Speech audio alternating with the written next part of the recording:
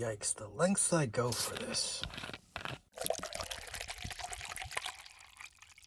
So this is Coca-Cola, and these are some peanuts.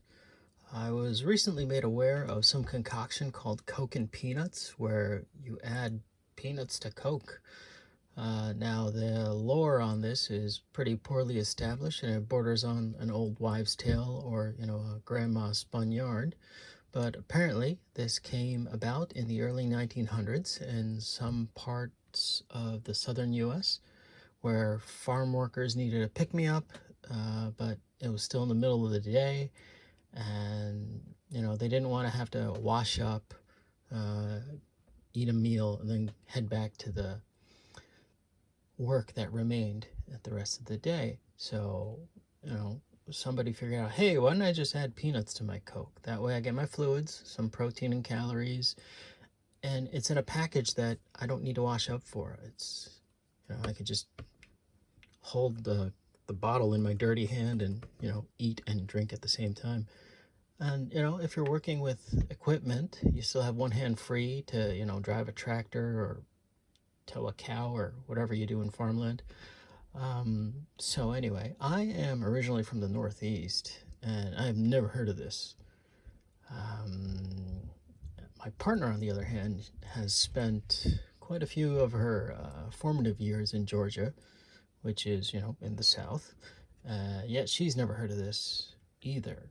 So I figured I'd give it a shot. But the first problem I ran into was peanuts. I have 3 right here now, but it took a lot of searching because this country has like a major hard-on for, buttered peanuts. And what are buttered peanuts? They're just peanuts that have been roasted in butter, as opposed to these, which I'm assuming they aren't, and they're based on probably some kind of vegetable oil, and then get coated in their various coatings of salt, honey, and salt, and salted caramel. And apparently what you do is you just dump a packet of peanuts into the Coke, and then you swig from the Coke. But I did this off camera once, and you might see when I actually do it here, but they're like Cheerios in a bowl of milk, hanging to dear life to try to stay away from your spoon. Every time you tip the glass, all the peanuts kind of go out of the way, and it makes it really hard to eat. And I'm thinking it's so, the peanuts, they're mostly oil, so they're quite buoyant in the fluid. You'll see it when I do it. And then when you tip it back, they kind of go away from the drinking point. Assuming it's some sort of mix between, gravity and fluid dynamics. And anyway, they're really hard to eat. But apparently, adding the saltiness of the peanuts changes the flavor of the Coke, kind of enhances it. Like, if you salt some foods, they actually taste, they enhance the flavors. I don't partake myself, but I do know some people add a few sprinkles of salt to watermelon wedges to improve the flavor. There's ham melon, where you put a slice of prosciutto over a melon, and apparently you're supposed to eat that too. Not a big fan of that, because probably I don't like melon.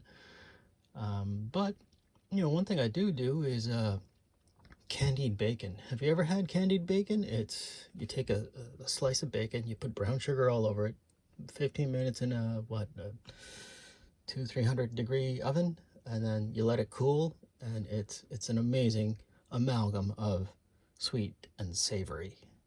Anyway, just a quick TLDR of the origins of Coca-Cola. It was invented by a Southern Civil War veteran who was trying to make a tonic that would overcome his addiction to heroin by using cocaine. Then he eventually sold the patent, I guess, to a businessman who made it popular the world over. And my usual caloric information and stuff probably won't make a whole lot of sense here, but I'll put what I can on screen. It'll be a mix between the Coke itself and the various peanuts. Anyway,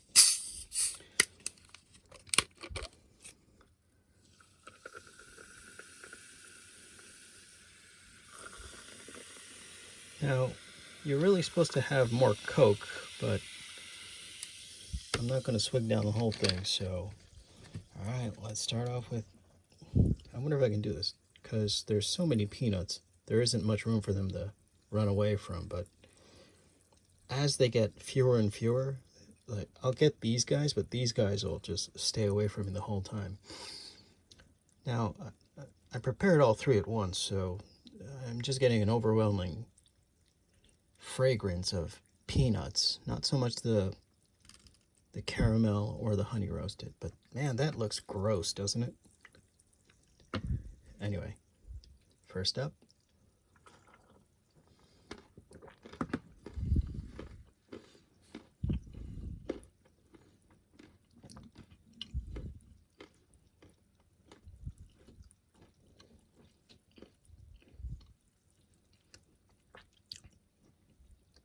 This cup is allowing a lot more peanuts to get into my mouth than out of the bottle.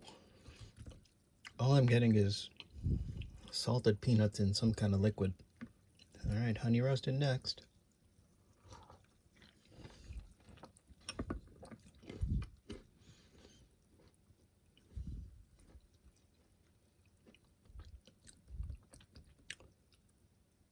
I think this one's better.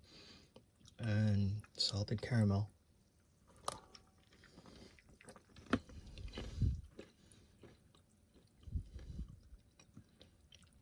So the coating on these stay more than either of them. So I got a crunchy candy kind of crunchy candy kind of flavor in a liquid. That aftertaste is terrible though, but that's probably this, not so much the Coke.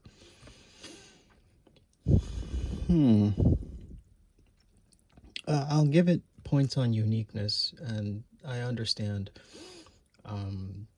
you can't, get a Snickers bar every day as a pick-me-up, because, probably a Snickers bar would be more satisfying, but, your hands will probably get all dirty.